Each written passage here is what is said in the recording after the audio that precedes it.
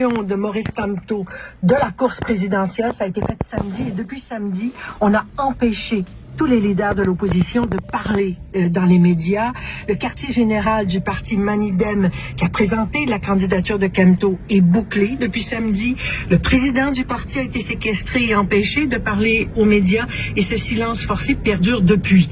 Alors, beaucoup de gens s'attendaient à ce que les partisans de Kamto descendent dans les rues et manifestent leur colère en fin de semaine. Ils l'ont plutôt fait sur les réseaux sociaux, et je posais la question à un journaliste camerounais mardi qui me disait « Sophie, il faut comprendre que les deux plus grandes villes du pays, Yaoundé et Douala, sont fortement militarisées depuis samedi. Le ministre de l'Intérieur, la semaine dernière, avait avisé que aucun mouvement ne serait toléré après la publication de la liste des candidats validés, aucune manifestation permise nulle part dans le pays, et que ceux qui osaient défier l'interdiction seraient arrêtés et poursuivis. Faut dire que le gouvernement a été échaudé. Le 8 juin, il y a eu une vaste manifestation spontanée. Maurice Kamto, à ce moment-là, revenait de Paris, où sa conférence avait attiré 15 000 Camerounais de la diaspora à Paris. Donc, il avait le vent dans les voiles, et quand il est revenu au Cameroun, il devait prendre la parole dans un rassemblement à Douala, mais son hôtel a été bouclé. Il a été lui aussi empêché de sortir de son hôtel pendant 2 jours. En fait, les forces de l'ordre avaient bouclé littéralement toute la métropole, 4,5 millions d'habitants. Voilà, c'est quand même une très, très grande ville. Mais malgré cela, des milliers de partisans avaient manifesté à l'extérieur des cordons de sécurité. Alors, le résultat, on l'a connu samedi, d'une certaine façon. Le gouvernement n'a pas pris le risque de se faire... De subir une défaite aux urnes.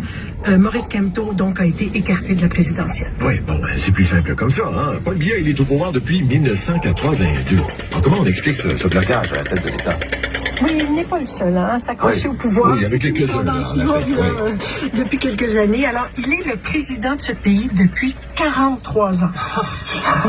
Oui, c'est un long mandat. Mais ça, c'est pas tout, parce qu'il était déjà dans les cercles restreints du pouvoir pratiquement depuis l'indépendance du Cameroun en 1960. Il a été d'abord un proche conseiller du premier président du Cameroun indépendant. Après ça, il a été ministre, premier ministre, avant d'accéder à la présidence. Donc, ça veut dire qu'il est au pouvoir de ce pays d'une manière ou d'une autre depuis 63 ans. Ça, c'est un record de longévité, certainement pour le 20e et le 21e siècle. Mais il faut le dire, il semble plus vraiment gouverner très activement son pays depuis quelques années. On ne le voit presque plus en public. On le voit seulement quand il reçoit des dignitaires, des diplomates, des chefs d'État. On diffuse à ce moment-là des vidéos savamment mises en scène là, pour qu'il ait l'air... pas trop mal en point, disons-le. Alors, en fait, ce qu'on doit comprendre de cela, c'est que c'est pas nécessairement juste Paul Biya qui s'accroche au pouvoir, c'est toute une classe politique qui semble vraiment incapable de se renouveler et qui, aux 7 ans, organise des élections dont les résultats, depuis au moins les années 90, sont connus d'avance.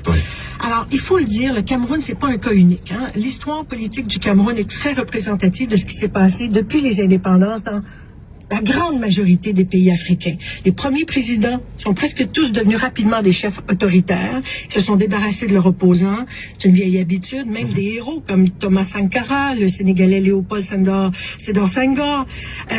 Ils l'ont fait dans les années 70. Donc l'exemple de gouvernance que les Africains connaissaient avant, c'était des régimes colonisateurs très, très durs, qui n'avaient rien de démocratique. Et depuis les années 80, les jeunes pays africains s'étaient tellement endettés que là, les institutions internationales qui finançaient ces pays-là ont dit, là, c'est assez, oh là.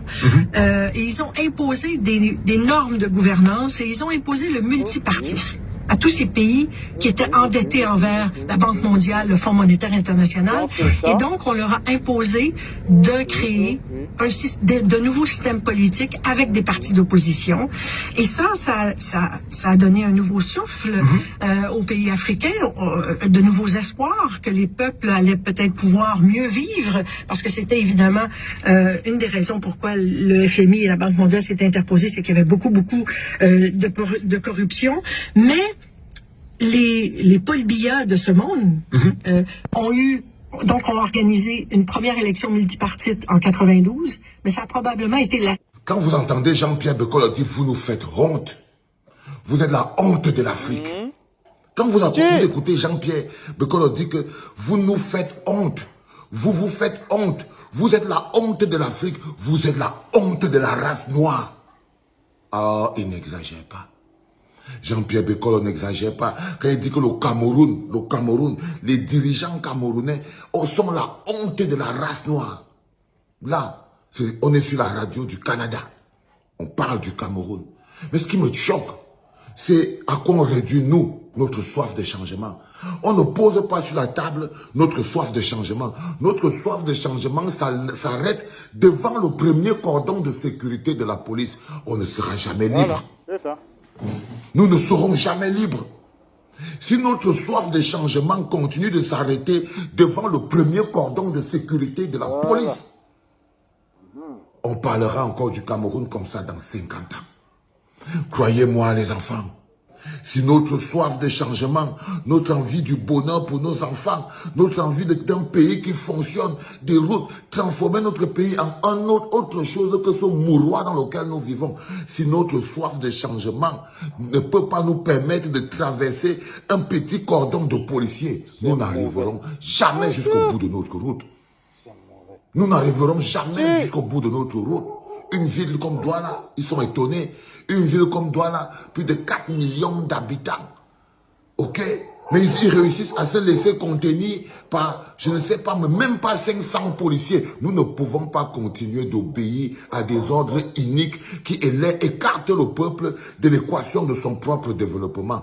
On dit tous les jours que nous ne nous laisserons pas effacer. Nous ne pouvons pas continuer d'accepter d'être effacés. Ce n'est pas notre bon vouloir. Je vous dis les enfants. On avait traversé le mandat de trop en 2018. Je vous l'ai dit. Aujourd'hui, nous allons entrer en enfer si nous traversons 2025. Là, on a traversé le mandat de trop. Maintenant, c'est le pas vers l'enfer que vous voulez faire pour 2025. Mais on dit que comme les enfants, tant que vous n'êtes pas en train de brûler, vous ne comprenez pas que le feu, ça brûle. Là, vous croyez que vous respirez encore, alors que vous ne respirez plus. Vous ne respirez pas la bonté du Seigneur. La plupart des Camerounais, vous êtes en vie parce que le Seigneur est miséricordieux, il est bon. C'est lui qui a fabriqué la machine de l'être humain. Si c'était des êtres humains, des Camerounais qui fabriquaient des êtres humains, vous aurez disparu. Le peuple camerounais, les populations que vous êtes là-bas au Cameroun, le peuple camerounais n'existe que par la pitié du Seigneur. Par la pitié du Seigneur pour vous maintenir en vie. Vous n'existez que pour être suffisamment esclave pour maintenir en vie des gens qui sont au pouvoir depuis plus de 60 ans. C'est-à-dire que votre vie sert à maintenir le train de vie des gens qui sont au pouvoir depuis plus de 50 ans. C'est-à-dire que moi, quand Paul Biya a pris le pouvoir, moi j'avais 7 ans. Toute ma vie, j'ai vu mon père travailler pour maintenir Paul Biya au pouvoir. Moi, j'avais 7 ans quand Paul Biya a pris le pouvoir. J'ai commencé à le combattre quand j'ai eu 25 ans. Aujourd'hui, j'en ai 50. Je vis hors de mon pays. S'il arrive quelque chose à mon père, c'est mort. C'est pour ça que j'ai dit à Paul Atanganji que, comme tu me menaces que tu vas faire quelque chose à mon père, j'ai dit que tu connais là où il habite. Je lui ai envoyé l'adresse. Je lui ai dit que vas-y, va finir avec lui. Il m'a dit, oh, ta mère, j'ai dit que je vous avais dit, donc, ma mère habite là-bas, mon père habite là, partez, partez, allez là-bas, foutez-moi la paix. Parce que ce mécanisme-là ne peut pas nous permettre d'évoluer. Ça va faire 25 ans, toujours sur le charbon. Et 25 ans que Paul Biya s'accroche. Pourquoi ça fait 25 ans? Parce que chaque fois que je suis arrivé devant, nous sommes arrivés devant le cordon de sécurité de la police, le moment où nous devions franchir le cap pour pouvoir accéder à notre propre liberté, je me suis retrouvé toujours tout seul. Quand j'entends les gens qui disent, viens parler ça ici au Cameroun. Si j'avais été à 3, 4, 5, parce que je me suis toujours retrouvé tout seul devant le cordon de police. Quand vous entendez quelqu'un qui dit à la journaliste que, ouais, madame, vous voyez, vraiment, la route est toujours très militarisée, les gens vont sortir la police, on a peur d'être arrêté, parce que vous êtes libre. Parce que vous êtes libre, libre de mourir de famine. Libre d'aller vaquer à vos occupations. Lorsque les 40 prochaines années du budget qui gère vos vies, vos routes, vos ponts, vos hôpitaux, vos routes, vos ponts, vos hôpitaux sont plus importants que les plateaux d'arachide, les plateaux d'orange, les plateaux d'ananas, les pousse-pousse de testeurs et de branchements et de fils de courant, que tout ça. Voilà. Croyez-moi les enfants. Ce qui se passe au Conseil constitutionnel, qui concerne les ponts, les routes, les hôpitaux, l'éducation des enfants, c'est plus important que les petites marchandises que vous avez devant vous. C'est plus important que le Bensikin que vous conduisez, parce que le Bensikin sera encore meilleur et vous serez en plus longue santé si les routes sur lesquelles vous conduisez le Bensikin existaient. Mais vous savez que même le Bensikin existe que parce que les routes sont cassées. Oui. Même le Bensikin là n'existe que parce qu'ils ont volé l'argent des routes. Ils vous ont mis au chômage. Maintenant, vous avez pris le Bensikin. Vous avez même l'impression que si les routes là étaient là, vous n'aurez peut-être plus de travail. Moi, je n'en sais rien. Vous êtes comme c'est comme le diable qui se mord la queue. Mais je vais vous renseigner. Vous êtes resté à 42 ans de pouvoir jusqu'à aujourd'hui comme ça. Parce que vous pensez que les décisions politiques, le choix des dirigeants, est moins important de « Ah, laissez-moi, moi je m'en vais faire, j'ai mes choses à faire ». Non, vous n'avez rien d'autre à faire.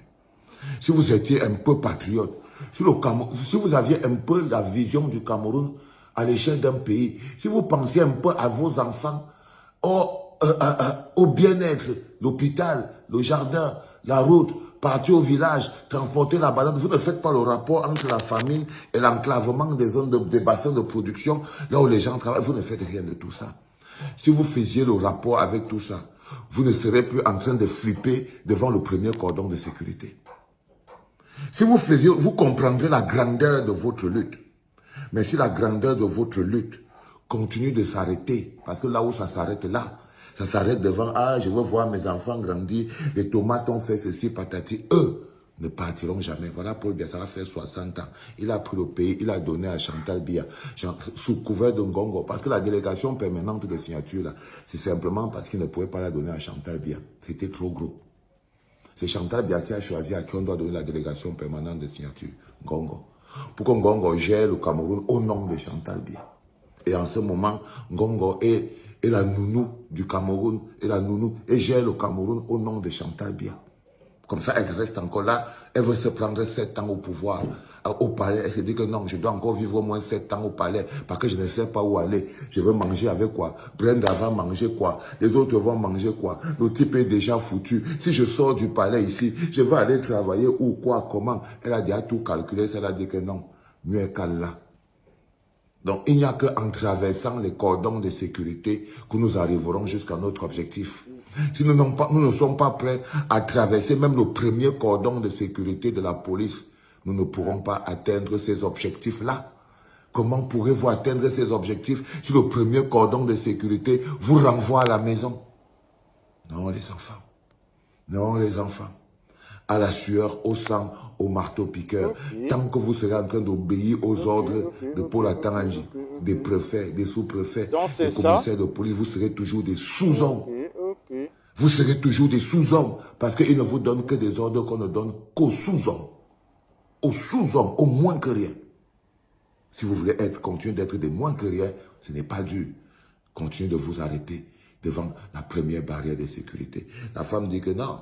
On s'attendait à ce que le peuple camerounais descende dans la rue pour aller manifester. Mais ils ont plutôt manifesté dans les réseaux sociaux. Oui, c'est pour ça qu'ils restent là. C'est pour ça qu'ils restent là. Mais nous autres qui manifestons dans les réseaux sociaux, mais c'est parce qu'on n'est pas sur le terrain. Mais parce qu'on ne peut pas. Alors si, vous savez où je serai? Parce que l'état d'esprit là où je suis ici, je crois que je serai pendu, moi-même déjà accroché devant le Conseil constitutionnel. Je crois que je serai déjà... Seigneur, je comprends. Je comprends, c'est des anticipateurs. Ils savaient. Quand je sens ce qui se passe dans mon corps, ils savaient. Ils savaient. Ils savaient. C'était papa. Ouais. Comment tu peux aussi regarder une vidéo sans t'abonner? Abonne-toi. Surtout clique sur la cloche de notification. Ça, c'est la page de Buzz. Si tu veux être au courant des buzz et toutes les actualités au 237. abonne-toi et clique sur la cloche de notification. Partage aussi pour m'encourager. Surtout, si tu as quelque chose à dire, papa, lâche un commentaire.